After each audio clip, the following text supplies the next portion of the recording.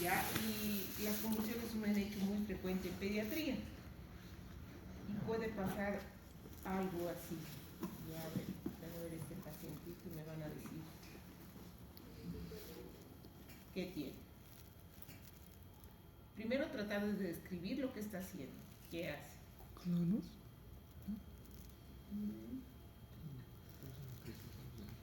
La sucesión de eventos, ¿no? Primero, mirada fija a un lado, después... Párpado temblando. Parpadeo, ¿no? Un parpadeo.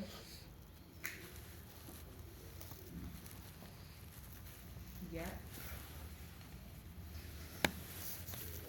Compromiso de conciencia, obviamente. Y después, miren, la secuencia de eventos que hace el piecito también, ¿no? Del ipsilateral. Y después tiene algo del otro. Y el otro es la duración, ¿no? El video dura unos segundos.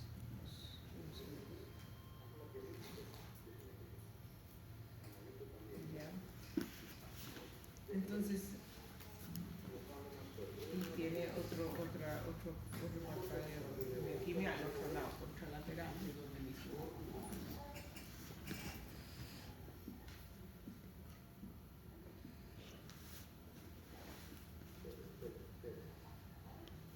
Entonces, para poder definir convulsión, qué es súper importante esto, ver el evento, la descripción del evento, ¿no? Y ahí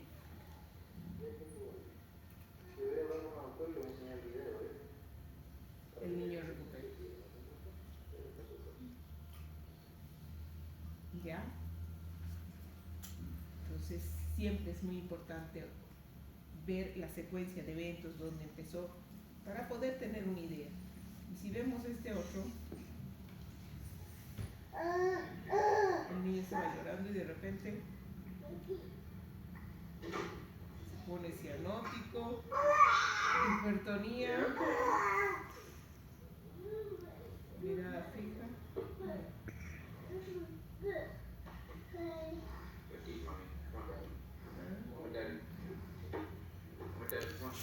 Queda como medio perdido. Y de ahí recupera. Igualmente aquí la secuencia de eventos es muy importante. ¿Qué estaba haciendo primero el niño acá? Estaba llorando. Ya, entonces les puedo decir que este evento es un evento benigno. No tiene nada que ver con algo cerebral anormal. En otros sí. ¿Y cómo diferencio? ¿Ah? ¿Cuál es la diferencia entre uno y otro? Son igual, agudos, paroxísticos en bebé. La diferencia está, como les había dicho, en la secuencia de eventos, que empieza primero, cómo sigue, qué ha habido cuál ha sido el evento inicial, pero también en la definición. Y una de las cosas más importantes que tenemos que aprender es esto. ¿A qué llamamos cada una de estas cosas? Que a veces le ponemos en el mismo saco, pero no son iguales. ¿Ya?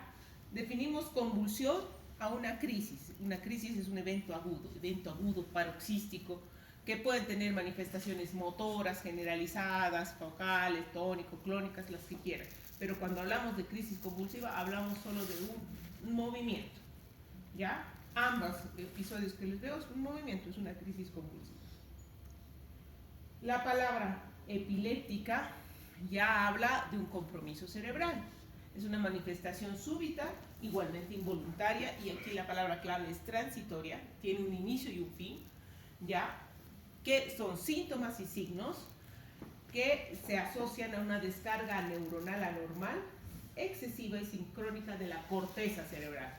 Ya tiene un apellido más preciso, corteza cerebral. ¿Ya? Entonces, cuando hablamos de crisis epiléptica, hablamos de alteraciones corticales, de una sincronía cortical, que puede venir con movimientos o no. Es decir, una crisis epiléptica puede ser convulsiva o no convulsiva, porque la corteza cerebral no solo se dedica al movimiento, ¿no es cierto?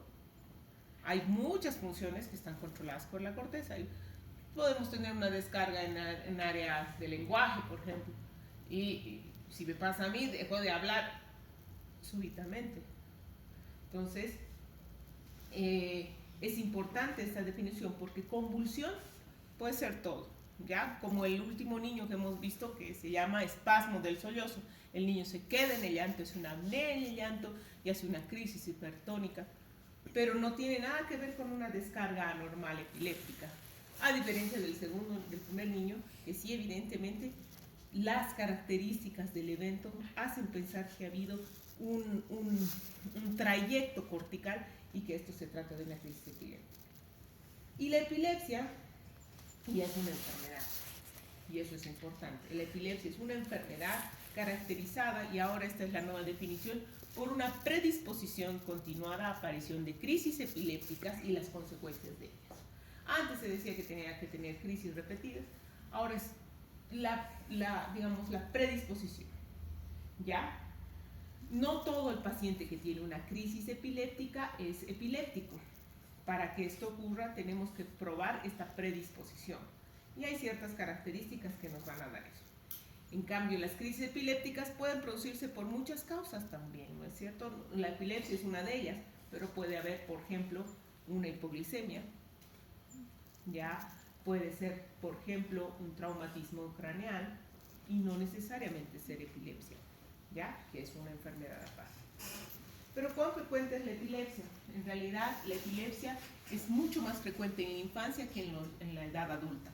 Es 4 veces superior, ¿ya? Y es 1% de la población infantil que va a ser epiléptica, ¿ya?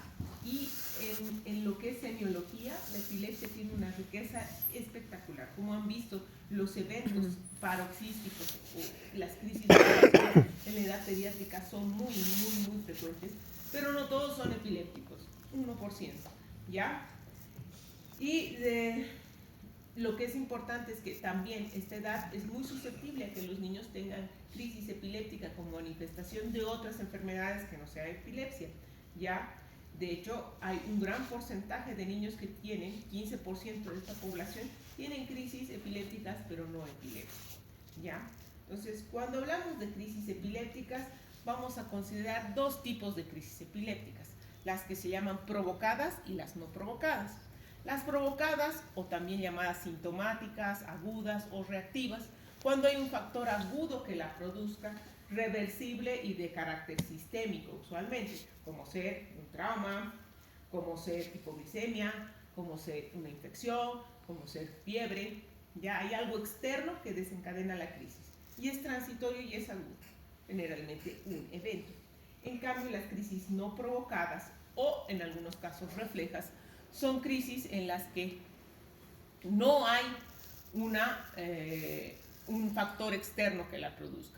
No existe un evento sistémico. El paciente convulsiona y no ha tenido una crisis epiléptica y no ha tenido ni fiebre, no ha tenido una infección, ni trauma, ni nada que uno pueda evidenciar en ese momento.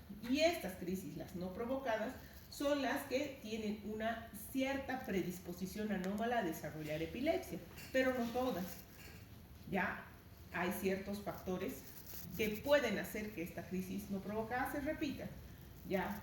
No necesariamente una crisis no provocada es epilepsia, ¿ya? Puede tener una crisis no provocada sin ningún factor y no tener más. ¿Qué hace que sea epilepsia? Y esto nos ayuda la ELAE, ya desde el 2014 hay una definición práctica de epilepsia y se define por estos 3 aspectos. La definición de epilepsia la hemos dado, pero la definición práctica es que el paciente tenga al menos 2 crisis no provocadas o reflejas con más de 24 horas de separación. Ya, estoy más clara, ¿no es cierto? Entonces ha tenido una crisis no provocada sin nada y una segunda más allá de 24 horas. En el mismo día no se considera un segundo evento, sino parte del mismo, ¿ya? Un segundo aspecto, que tenga una crisis no provocada o refleja y una probabilidad de presentar una segunda crisis durante los 10 años siguientes, imagínense tanto tiempo, y que esta recurrencia sea mayor al 60%, ¿ya? Y esto está dado por estudios poblacionales. Por lo tanto, es decir, un paciente que tenga una alta probabilidad de hacer una segunda crisis. ¿Y cómo lo vamos a saber eso? Hay ciertos elementos que nos van a ayudar, como la historia clínica, como los exámenes, como el estudio de imágenes, electro, etc., ¿ya? Y un tercer punto es que ya hagamos el diagnóstico de lo que se conoce como un síndrome epiléptico. ¿Y qué es un síndrome epiléptico? Ahí vienen otras definiciones. El síndrome epiléptico, como su nombre dice, síndrome, en conjunto de signos y síntomas, son trastornos epilépticos, es decir, niños, personas que tienen crisis epilépticas recurrentes, en el cual los signos y síntomas son concordantes, similares. Por ejemplo, la edad de inicio, el tipo de crisis, ya la sintomatología, la etiología, las anomalías neurológicas asociadas. Generalmente estos síndromes tienen un pronóstico definido incluso y un tratamiento especificado. Los síndromes epilépticos en la actualidad son cada vez más descritos, ¿ya? Y es a lo que queremos llegar, ¿ya? Los neurólogos. Como médico general, a veces poder definir un síndrome epiléptico es difícil. Ya en las clases de quinto les dan los dos más conocidos, el West y el Lennox-Gastaut, pero que ya no se utilizan como esos nombres. Pero lo importante es que cada vez más se conocen estos síndromes y ya cada vez más se clasifican las epilepsias dentro de estos síndromes epilépticos. Y el otro concepto que es importante es la encefalopatía epiléptica, que es un grupo de síndromes epilépticos en el que la propia actividad epiléptica deteriora la función cerebral. Ya estos pacientes vienen con discapacidad cognitiva, motora, ¿ya? Y no solamente por las alteraciones cerebrales que tienen, sino por la misma recurrencia de crisis. Y aquí caen estos dos síndromes importantes que les hablan, que es el West y el Lennox-Gastaut. Bien, entonces yo como médico general, ¿cómo puedo abordar un paciente que ha tenido una crisis no provocada? Una de las cosas más importantes, como les decía, ver la secuencia de eventos. ¿A qué le llamo clonus? ¿A qué le llamo mioclonía? ¿A qué le llamo crisis generalizada? ¿Le voy a llamar crisis parcial? ¿O cómo es esta descripción que hago? Entonces, la ILAE, en 2017, hizo una clasificación nueva de los tipos de crisis. Antes, ¿se acordaban? Teníamos la del 91, crisis parcial, compleja, parcial simple, no sé si se acuerdan, las crisis generalizadas. En 2017 dijeron, no, esto está muy confuso y lo vamos a cambiar. Y en realidad creo que está un poco más confuso. Y hablan de tres tipos de crisis, las de inicio focal, las de inicio generalizado y las de inicio desconocido. Dando cuenta de que cómo inicia la crisis. Si ha iniciado focal, es solamente de un hemisferio. Si es generalizada, de ambos hemisferios. Y la desconocida, no sé si ha usado de uno o de ambos, pero el paciente ya tiene el evento. Y dentro de las de inicio focal, las clasificaba en aquellas que tienen la conciencia preservada desde el inicio y aquellas que tienen alteración de conciencia desde el inicio. Y a su vez hacen una subclasificación de las características de la crisis. De inicio motor o no motor. Y motor, que si es un automatismo, si es crisis atónica, si es clónica, si es un espasmo, si es hipercinética, que si es mioclónica, si es tónica. Y no motor está al resto del comportamiento, si es una crisis cognitiva, emocional, sensorial. O sea, tiene ya cada particularidad del evento está descrito, ¿ya? Evidentemente, ¿a qué se refiere un automatismo? La ILAE tiene todo un diccionario, si quieren, una cápita en el que está descrito eso, pero no vamos a tocar en esta clase.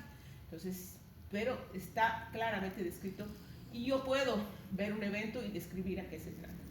¿Ya? Y el tipo generalizado, que el paciente ya está con compromiso de conciencia desde el inicio, igual puede tener un inicio motor y un no motor. Dentro del no motor está el tónico, el clónico, el mioclónico, el atónico, el mioclónico tónico, dependiendo de su componente, y las no motoras, en el que están principalmente las crisis de ausencia. ¿Ya? Y las de inicio desconocido, que puede ser motor y no motor, tónico, clónico y no motor, un compromiso de conciencia, un arresto del comportamiento, o conducta bizarra. Hay conductas, por ejemplo, de fuga, el paciente se va, se corre, no saben por qué. Esas no sabemos si es de inicio, y aparece en otro lado. Entonces, nada, se está haciendo, es una crisis epiléptica, ¿ya?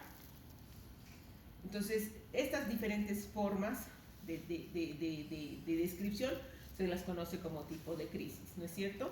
Y es como una descripción semiológica. Esta deberíamos manejar todos, ¿ya? Para todos hablar el mismo idioma, ¿ya? Cuando ha tenido una crisis epiléptica, ¿ya? Y no sabemos cómo describirla, todas la ponen crisis tónico-clónica generalizada. Pero las crisis tónico-generalizadas, sobre todo en niños, son las menos frecuentes. El 2025, este año, han hecho un reajuste a esta clasificación y básicamente le han quitado la palabra inicio y ahora se llaman crisis focales. Ya las desconocidas, no se sabe si es focal o generalizado, ya, y las generalizadas.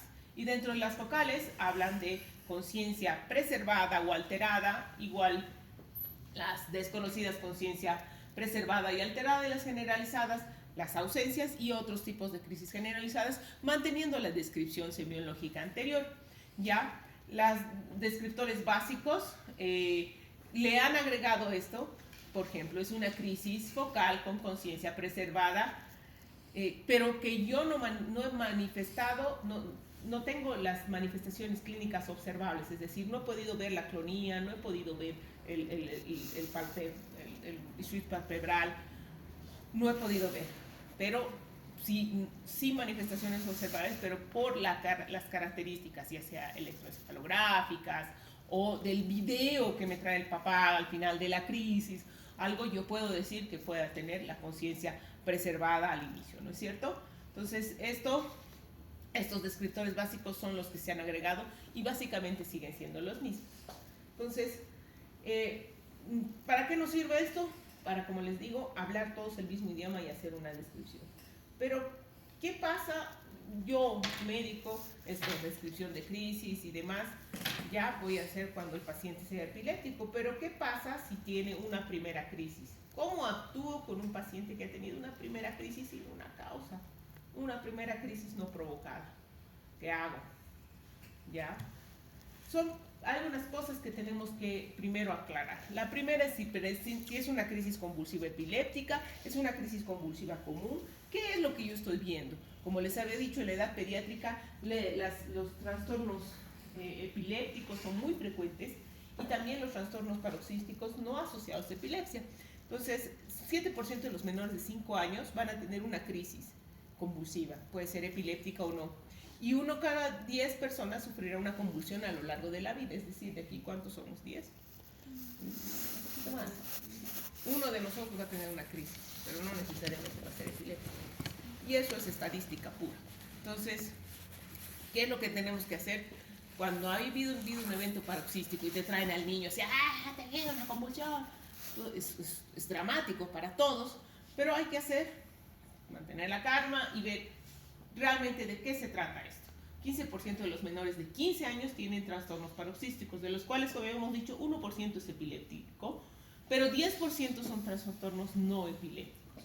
Es decir, hay que hacer una historia bien detallada. ¿Y cuáles son esos trastornos no epilépticos? La lista es larga. El espasmo del sollozo está dentro de los trastornos en el lactante. El síncope, ¿ya?, que es muy frecuente en adolescentes, en escolares. La migraña, las hipoglicemias, efectos de drogatitoxinas, trastornos del movimiento, trastornos del sueño, trastornos vestibulares, y también están todos los grupos psicogénicos, dentro de los cuales están trastornos de ansiedad, estrés postraumático, reforzamiento de patrones conductuales, que en esta última temporada les debo decir que son quizás más frecuentes que en anteriores épocas. Entonces, ¿cómo yo diferencio uno del otro?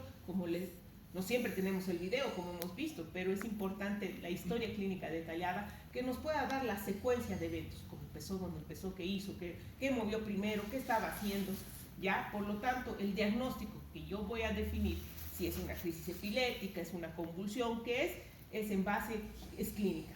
No necesito más que una muy buena clínica y un neurólogo, un médico curioso, ¿ya? Preguntó.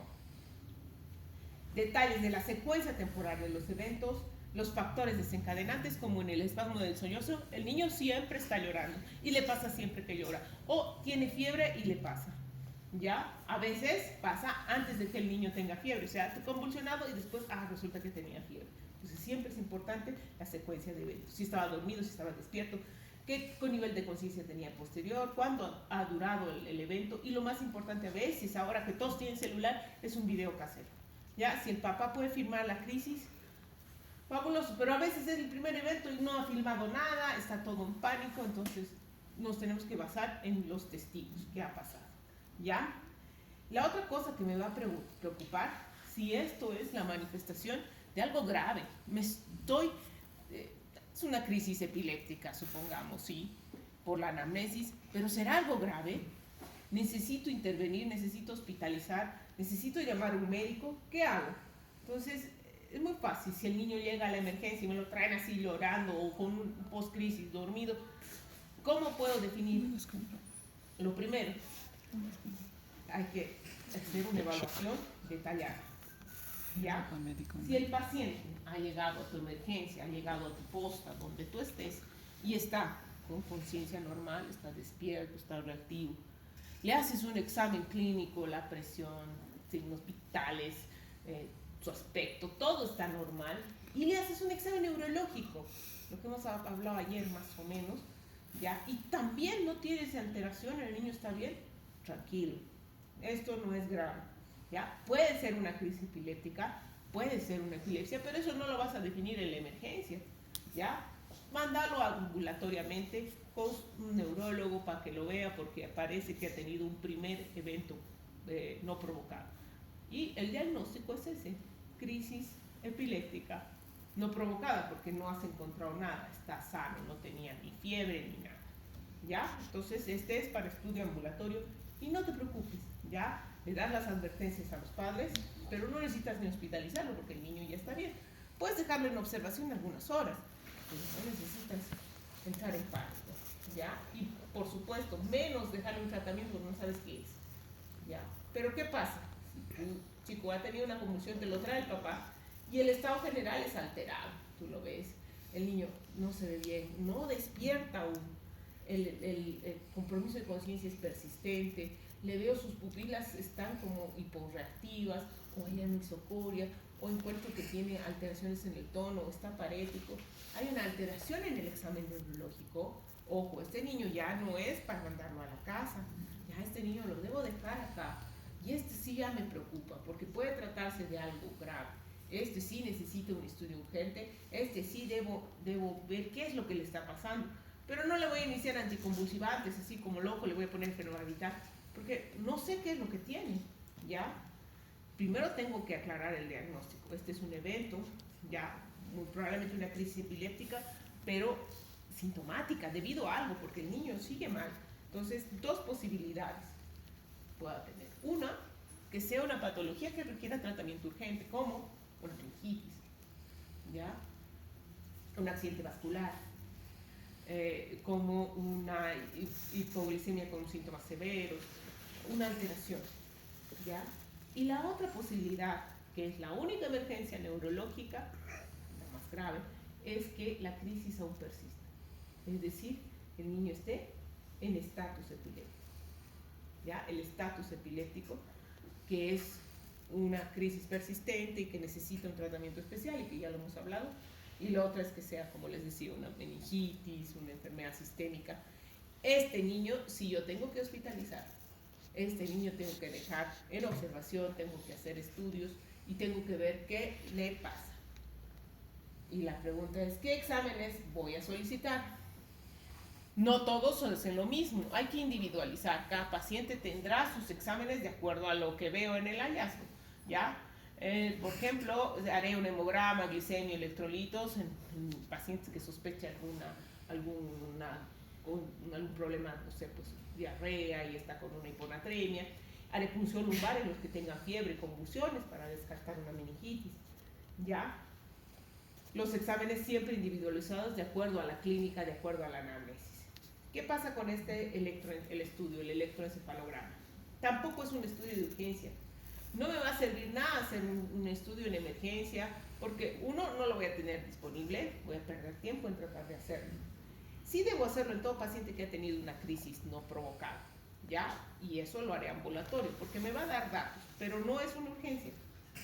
Es importante interpretarlo adecuadamente, ¿ya? Y en el contexto del niño, porque hay anomalías del electroencefalograma que nos puedan dar un patrón de recurrencia, pero también hay anomalías que están presentes en un gran número de personas que nunca han tenido una crisis, ¿ya? Y eso es importante. Aproximadamente el 4% de todos los niños no epilépticos pueden mostrar actividad paroxística en el electro. Es decir, si yo hago aquí un electro a 100 personas, 4 van a tener alteraciones paroxísticas y este tiene crisis y en realidad nunca han tenido. Entonces, no tengo por qué tratar ni pensar que tiene epiléptica. Y obviamente esto se eleva en caso de que tenga alguna enfermedad neurológica como migraña, ya, o tenga una lesión previa, pero no significa que tenga epilepsia. Y solamente un 40% de los niños que tienen epilepsia tienen un primer electrovital, es decir, con descargas. ¿Ya? Entonces, esto hace que cerca, y un 8% más si le hago activación, o sea, cerca a la mitad de los pacientes epilépticos, o sea, con crisis, tengan un electro inicial normal. Entonces, tampoco me predice que tenga un electro normal que no va a tener epilepsia. Eso nos obliga a decir que esto necesita una interpretación adecuada, ¿no? ¿Qué pasa con el estudio de imágenes? En realidad, las alteraciones en neuroimágenes pueden verse en un tercio de los niños en una primera crisis, pero, ojo, no van a influenciar el tratamiento de emergencia. Ya, puede tener una primera crisis y resulta que este niño había tenido una malformación cerebral. Pero eso no va a alterar mi manejo. Voy a seguirlo manejando igual. ¿Ya? Si el niño no está con compromiso de conciencia, está bien, lo daré de alta y haré el tratamiento ambulatorio. Entonces, no es una urgencia hacer una tomografía o una imagen en todos los pacientes.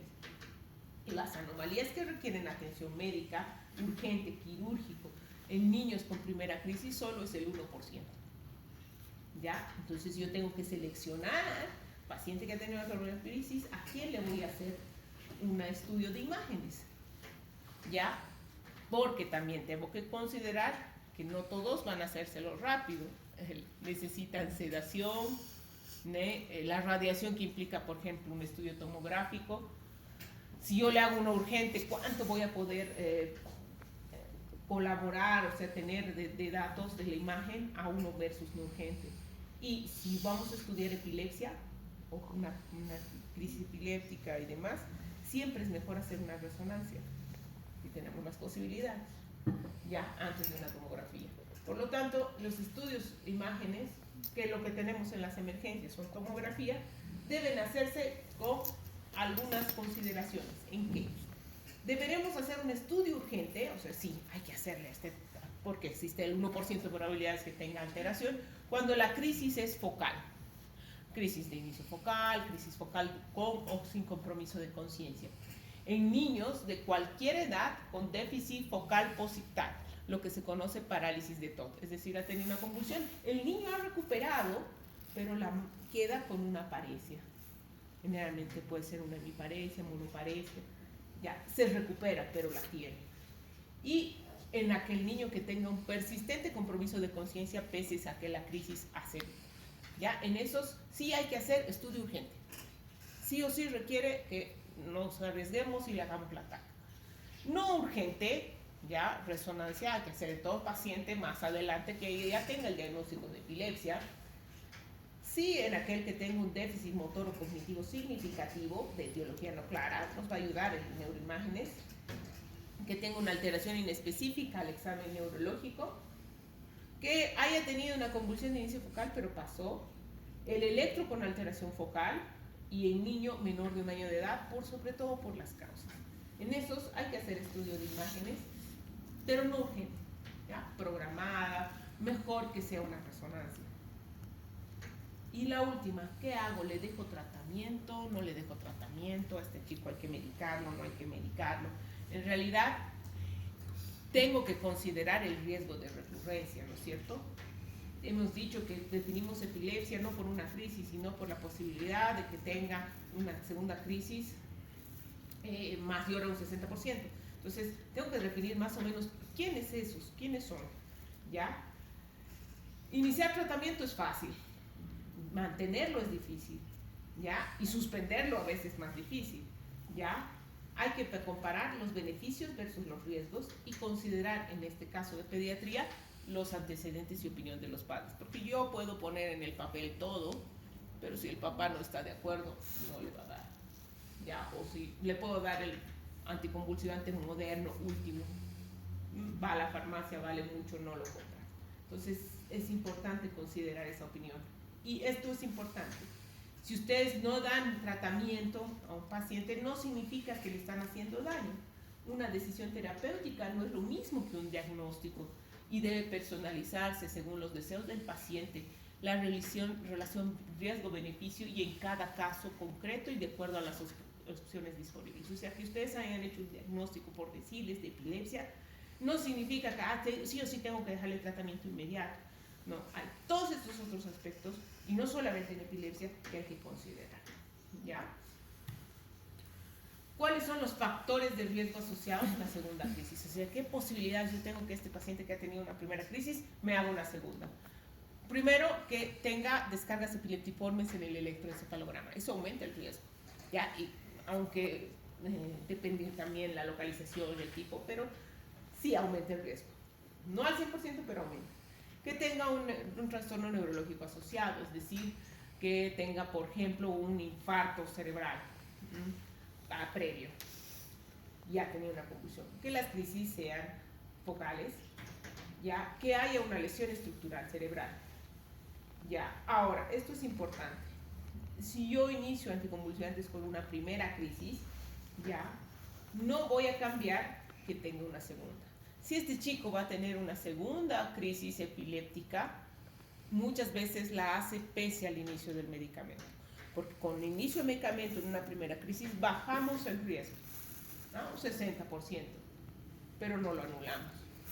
Después de una segunda crisis, ahí sí o sí, el riesgo de una tercera es de 90% y la medicación la baja a un 60%.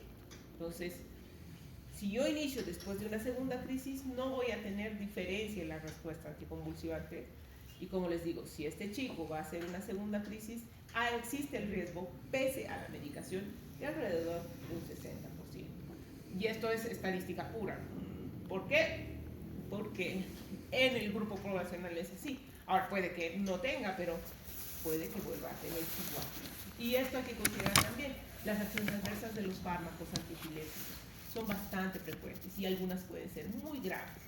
Ya me ha pasado que han hecho una epidemiolisis porque le han dado fenobarbital por una convulsión febril, cosa que no necesita y hacen una reacción alérgica severa. ¿Ya? Entonces, ¿cómo deberíamos actuar en un paciente que ha tenido una primera crisis? Primera crisis, primero lo traen a la emergencia, como en todo hay que hacer una estabilización, estabilizar al paciente, el ABC. ¿Ya? La historia clínica y el examen físico son fundamentales, como hemos dicho. ¿Ya? Y ahí vamos a determinar si es un evento no epiléptico, es manejarlo como un evento no epiléptico, síncope, qué sé yo. Si es un evento, una primera crisis no provocada a febril, ya hay que ver si es un estatus epiléptico, que es una emergencia, es decir, que tenga compromiso de conciencia, que la crisis persista. Sí, pues tratarlo como estatus, que ya hemos visto el manejo, ¿no? Si no es un estatus, y el paciente está con un examen neurológico normal, como hemos dicho, tiene ninguna conciencia alterada, ya sí, si no, hay que hospitalizarlo, ¿no es cierto? El examen neurológico alterado, el examen físico alterado requiere un manejo hospitalario porque puede ser una causa sistémica. Si el examen es normal, pero el paciente es menor a 6 meses, pues igual hay que observarlo, ¿ya? En menor a 6 meses, mejor dejarlo hospitalizado. Si no es menor de 6 meses, esto es ambulatorio. Electro, resonancia, estudios, de acuerdo a la anamnesis y la evaluación, ¿no es cierto? Si hay un riesgo de recurrencia mayor al 60%, puedes iniciar tratamiento, como hemos dicho en los aspectos, y si no, pues directamente es un monitoreo clínico sin inicio de medicación. Ese es un algoritmo de la Academia Americana de Pediatría, que es más o menos lo que les he comentado. Bien. ¿Y qué pasa si este chico recurre y es epilepsia? Cuando hablamos del diagnóstico de epilepsia. Epilepsia implica una enfermedad y que en la actualidad tiene unos ejes diagnósticos. ¿Ya? El primer eje diagnóstico es el tipo de crisis, que es lo que hemos hablado, ¿no es cierto? Focal, generalizada, desconocida. Y en base al tipo de crisis nosotros podemos hacer el diagnóstico del segundo eje en epilepsia, que es el tipo de epilepsia, que puede ser focal, generalizada, combinada, focal, generalizada y desconocida. Y el tercer eje diagnóstico es el que les hablaba del síndrome epiléptico, ¿ya? Pero entre todo esto ahora en la actualidad también se considera las comorbilidades, porque la enfermedad como tal, que es la epilepsia, es una enfermedad cerebral, tiene asociado un montón de otras comorbilidades y que hay que tenerlas en consideración, que van desde alteraciones conductuales, aprendizaje, ánimo, etc.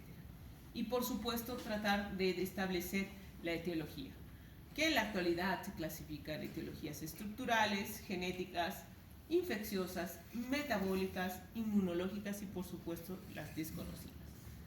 Ya no voy a entrar en más detalles de epilepsia porque creo que no vale la pena.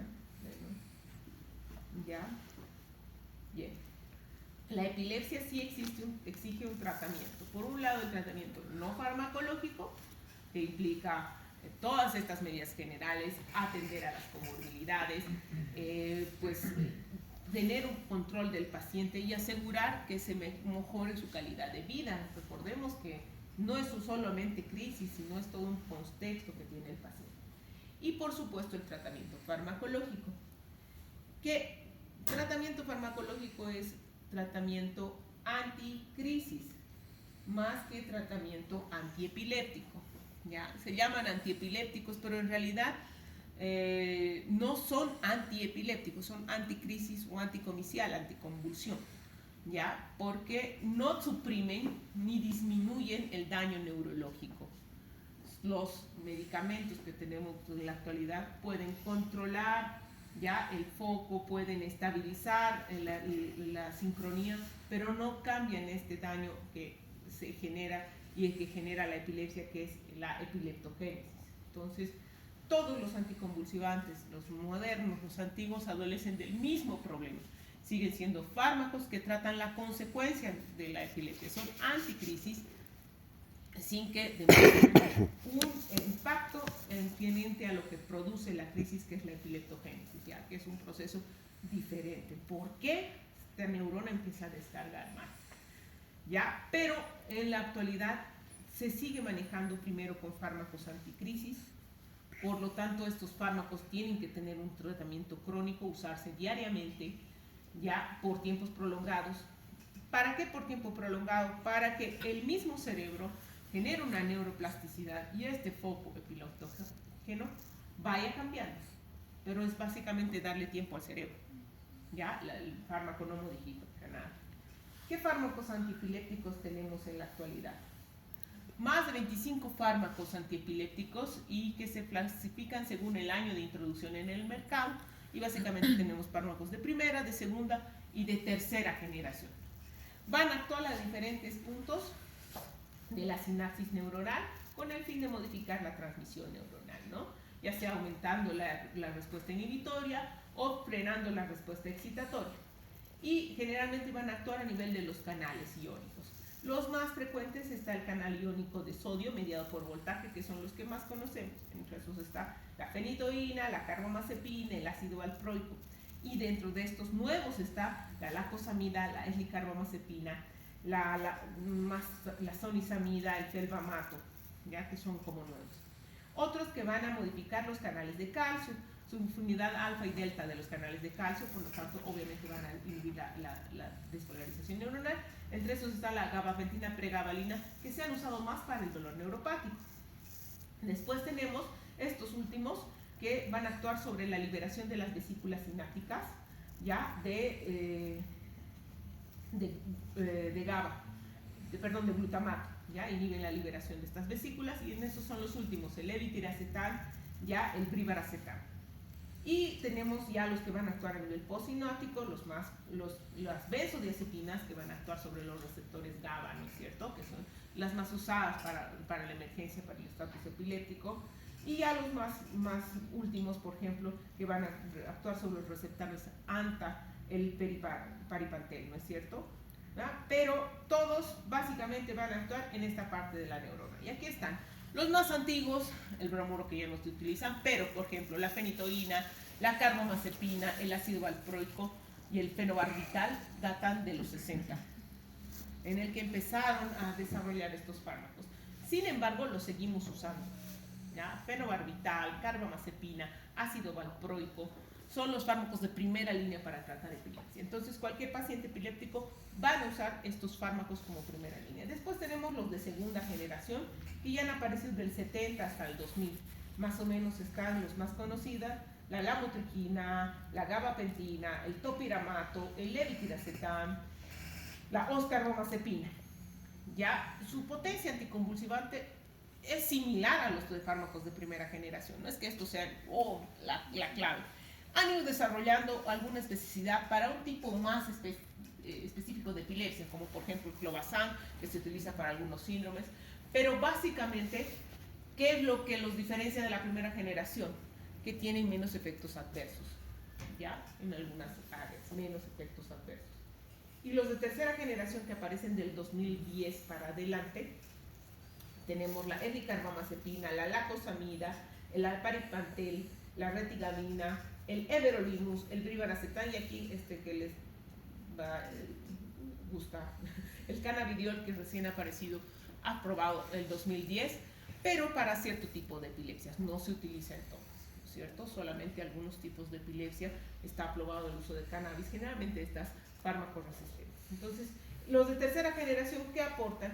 Aportan menos efectos adversos y, como les digo, en algunas epilepsias son específicos tratamientos, pero coadyuvantes, nunca de primera línea, ¿ya? Lo importante conocer de todos estos anticonvulsivantes son los efectos adversos. Los antiguos, los que datan del 70, son los que tienen más descritos todos los efectos colaterales. Son los más conocidos, llevan muchos años. Los últimos, como llevan 10 años en el mercado, los efectos adversos a largo plazo recién se van conociendo, entonces es difícil de predecirlo. Pero ¿qué cosas? Todos producen, pueden tener una reacción alérgica de distinta intensidad, eso es difícil saber. Todos tienen grado de compromiso a nivel cognitivo, atención, somnolencia, ya unos más que otros menos. Ya el fenobarbital, por ejemplo, es el que más tiene. El ácido valproico puede tener además compromiso hepático pancreático, entonces hay que hacer un control. La carbamazepina puede tener compromiso en el equilibrio hidroelectrolítico, puede producir una hipernatremia, ¿ya? Y es el que más alergias produce severas.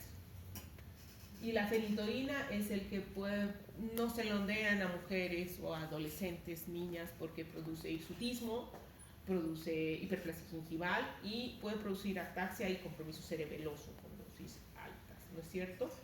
¿Ya? Y lo que hay que seleccionar es que, si bien son efectivos para un tipo de crisis, hay algunos de primera línea y también los de las generaciones posteriores que pueden empeorar crisis. Entonces hay que saber cuál elegir. Eso vamos a dejarlo. ¿Cuánto tiempo el tratamiento? En realidad, ¿el tratamiento es de por vida? No siempre. Como les decía, estos modifican la ocurrencia de crisis, pero no la enfermedad. Se ha visto que un 50% de los pacientes están sin crisis durante el primer año en monoterapia. Perfecto, o sea, 50% de respuesta el primer año. Un 13% más estarán sin crisis con un segundo fallo, ¿ya? De segunda generación. Si yo agrego un tercer fármaco anticrisis, 4.7, ¿ya? Y si tengo entre 4 a 7 fármacos, voy a tener un 0.8% más. O sea, no vale la pena agregarle más de 3 anticonvulsivantes porque no voy a controlar nada más que un 0.1 o 0.8%. Y lo que voy a aumentar son los efectos adversos, ¿no? Por interacción farmacológica. Por lo tanto, si yo sumo cerca a un 50, 63, 70% de los pacientes responden a fármacos antiepilépticos. O sea, voy a tener un 30% que pese a lo que le dé, no va a responder. ¿Ya? Y si yo doy el tratamiento en realidad por 3 años, que es lo que se dice, el paciente está sin crisis 3 años y le quito el medicamento, ¿qué posibilidades hay de recurrencia? 31% a los 2 años, 38% a los 5 años y 48% a los 10 años, ¿ya? Es decir, existe una alta posibilidad de recurrencia, pero no necesariamente implica que yo voy a tener 10 años a un paciente con crisis. Va a depender de cómo está el paciente, su intervalo de crisis. Por eso, cuando se hablan de los estudios, se hablan de 60% de probabilidades en los 10 años. porque después de 10 años sin crisis, ya ahí uno puede decir que este paciente recién se ha curado de la epilepsia. Hasta antes de eso está en revisión, ¿ya?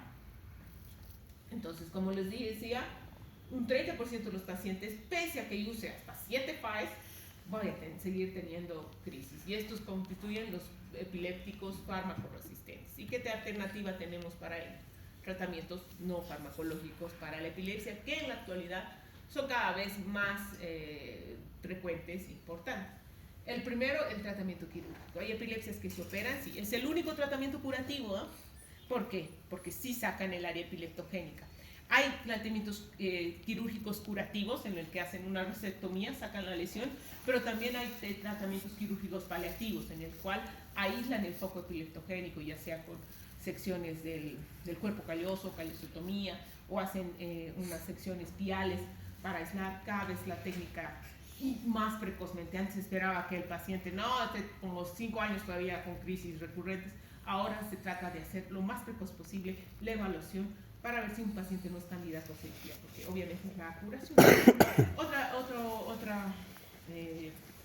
tratamiento de la estimulación vagal, que incluye un marcapaso como un estimulador, ya que manda pulsos al nervio vago, que se instala a nivel subcutáneo, ya, y que tiene un sensor hasta el nervio vago. ¿Por qué funciona esto? No se sabe, pero se cree que el estímulo del vago generaría un evento depresor neuronal, y esto funcionaría para inhibir las crisis. También se ha usado, y de hecho esta era su principal indicación, y todavía se usa para la depresión, ¿ya? Para la depresión, para el trastorno bipolar, para trastornos emocionales, y se usa, ¿ya? Es muy útil, tiene una respuesta tampoco sirven todas las epilepsias, ni tampoco la respuesta es de 100%. No hay ningún procedimiento que sea de respuesta de 100% en epilepsia. Este tiene una respuesta de alrededor de 60-70%, depende también el tipo de crisis, ¿ya? Contraindicación es muy caro. El estimulador vagal más o menos debe costar unos 10,000, tal vez más, $30,000 debe estar, y hay que monitorizar. Una otra alternativa es la dieta cetogénica, que es una dieta específica en el cual no está para todos los epilépticos tampoco. No es que ya tienes el diagnóstico de epilepsia, vas a hacer dieta cetogénica al tiro, no. Es como una alternativa terapéutica más, y tiene igual un tiempo de respuesta. 60% de los pacientes responden dependiendo del tipo de epilepsia. Hay epilepsias en las que la dieta cetogénica constituye una alternativa, sobre todo en síndromes epilépticos como el síndrome de Dravet, que no responde a medicamentos, pero no es la primera elección, ¿ya? Es una dieta difícil de hacer, una dieta que tienes que tener una relación 4:1 por lo menos para que sea efectiva, es decir, 4 partes de grasa, ¿ya? Fat, y una parte de proteínas y carbohidratos. O sea, es una dieta muy difícil, y el objetivo es inducir cetosis. Dicen que la cetosis es protectora, no se sabe exactamente cómo, por qué, pero los cuerpos cetónicos serían los responsables de producir esta inhibición de las crisis. ¿Ya? Bien. ¿Qué más tengo? Ya, a ver este videito. No es este. Ya, a ver, para jugar.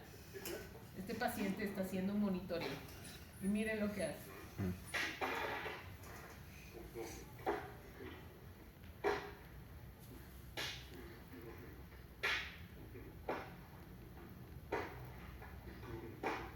¿Ven el electro al lado?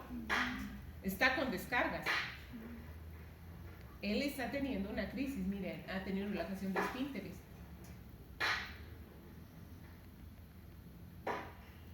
Y hace una actividad repetitiva.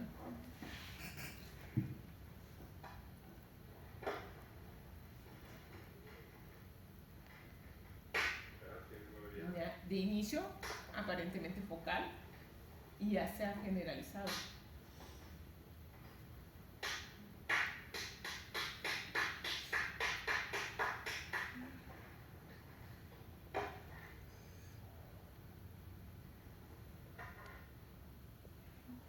Bien. ¿Qué tipo de crisis sería esa? Semiológico. hemos dicho que es focal porque hemos visto el electro, pero si no veríamos el electro, nadie diría que este paciente tiene una crisis. Está loco, no sé, es lo primero que digo. Pero es una actividad continua, repetitiva, ¿ya? Así como un manipuleo de ropa, aplaude, manipuleo, aplaude. Y obviamente ya cuando la crisis generaliza tiene compromiso de esfínteres. Entonces, este es el tipo de crisis de inicio desconocido, ¿ya? Y como tiene una actividad difusa, se llama hipermotora, que está dentro de la clasificación. Motora, hipermotora, una actividad. Entonces, bueno, este tipo de crisis se utiliza este elemento que es el videoelectroencefalograma, sobre todo en pacientes en los que la crisis tiene mucha duda si esta crisis es realmente una crisis epiléptica o es otro trastorno. Se hace este estudio, ¿verdad? Que es un video monitoreo electroencefalográfico. ¿Ya? Le firmas, lo dejas al paciente internado. Hay monitoreos que se hacen de 24 horas, hay otros que se hacen más largos, dependiendo de la frecuencia de crisis. Y ahí uno puede definir porque paralelamente tiene el estudio de electroencefalograma, ¿ya? Pero en los que si la madre aporta un video casero, muchas veces ya podemos reconocer el patrón de crisis. Bien. La riqueza de un pueblo no es la del suelo, sino la del cerebro. Creo que estamos ahora un poco pobres en el país porque no están funcionando nuestros cerebros. Bien. Eso es todo, chicos. Nos vemos.